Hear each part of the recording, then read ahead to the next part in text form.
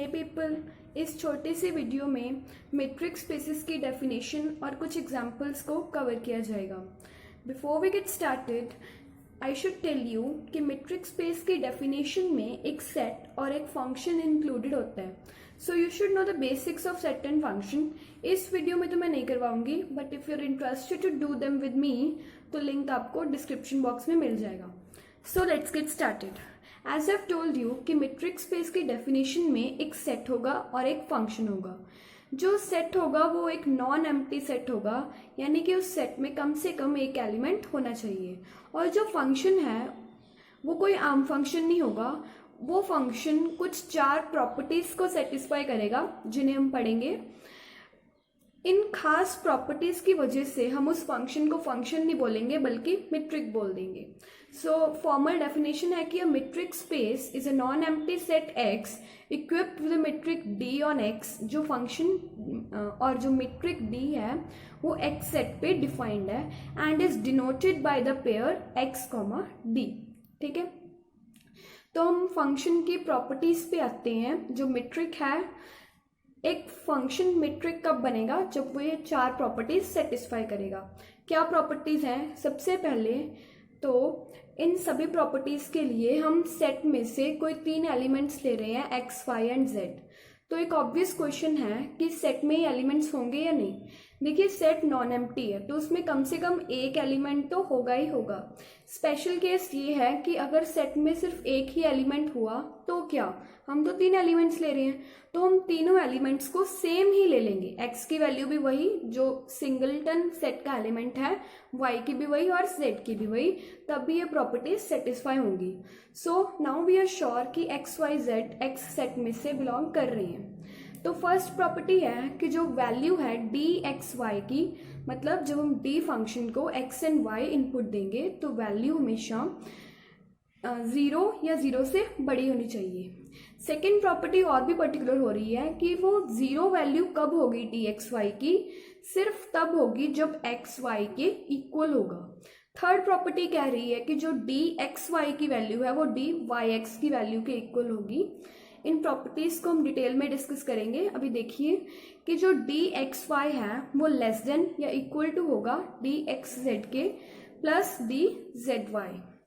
देखिए, जो ये मेट्रिक फंक्शन है ये सुनने में बड़ा अजीब लग रहा है, लेकिन 2 मिनट में आपको क्लियर हो जाएगा। देखिए, मेट्रिक को हम एक डिस्टेंस फंक्शन मान सकते हैं। बेसिकली डिस्टेंस फंक्शन बहुत ही पर्टिकुलर केस हो गया मेट्रिक का, लेकिन इसके प्रॉपर्टीज को समझने के लिए हम इसे डिस्टेंस फंक्शन मान लेते हैं।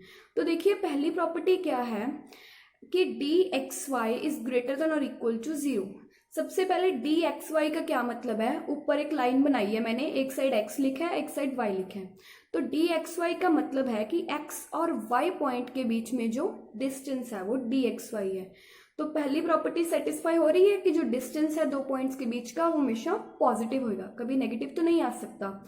और डिस्टेंस 0 कब होगा 2 पॉइंट्स के बीच में? तब और सिर्फ तब जब एक्स और वाई इक्वल होंगे। जब हम x पॉइंट से x पॉइंट तक का ही डिस्टेंस लेंगे तो डिस्टेंस 0 होगा और किसी भी केस में डिस्टेंस 0 नहीं हो सकता।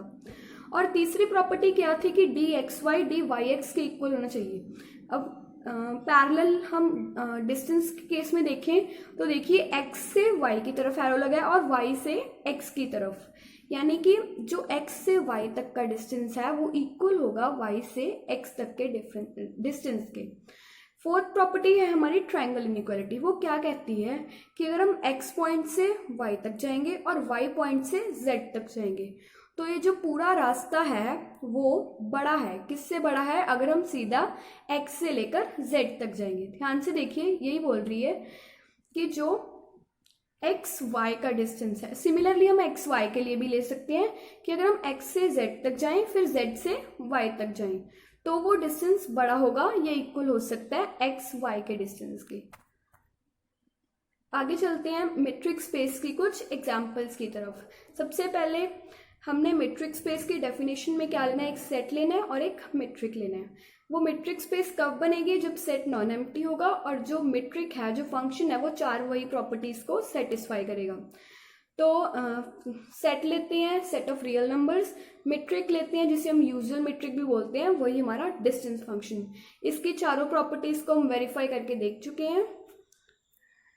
सेकेंड एग्जाम्पल देखते हैं डिस्क्रीट मेट्रिक की। इसमें भी हम सेट ले रहे हैं रियल नंबर्स का, और मेट्रिक क्या ले रहे हैं कि डी एक्स वाई की वैल्यू 0 आ गई जब एक्स वाई के इक्वल होगा, और डी एक्स वाई की वैल्यू 1 आ गई जब एक्स वाई के इक्वल नहीं होगा। इसके चारों प्रॉपर्टीज को आप बड़ी आसानी से वेरीफाई कर सकते हैं। ये आप खुद करेंगे, मैं आपको एक हिंट दे देती हूँ कि जब सेकंड और फोर्थ प्रॉपर्टी थर्ड और फोर्थ प्रॉपर्टी आप वेरीफाई करेंगे तो आप केसेस लेंगे when x is equal to y and when x is not equal to y third property के लिए, और फोर्थ प्रॉपर्टी के लिए when x y and z are equal, when x and y are equal and z is not equal, when x and z are equal and y is not equal, and the last case जब तीनों equal नहीं है आपस में।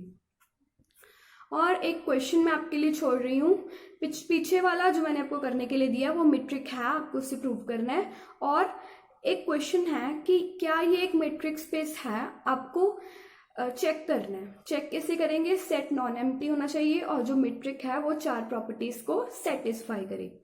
तो set में क्या given है, C01। इसका क्या मतलब है, the set of all complex valued function defined on 0 1 on this interval. मतलब जो आउटपुट है फंक्शन का वो कॉम्प्लेक्स नंबर आएगा, कॉम्प्लेक्स में रियल भी इंक्लूडेड होते हैं ना, तो और जो इनपुट है वो 0 और 1 के बीच में जाएगा। मेट्रिक क्या गिवन है, integration from 0 to 1 fx minus gx का modulus. So that's it for today's video, thanks for watching.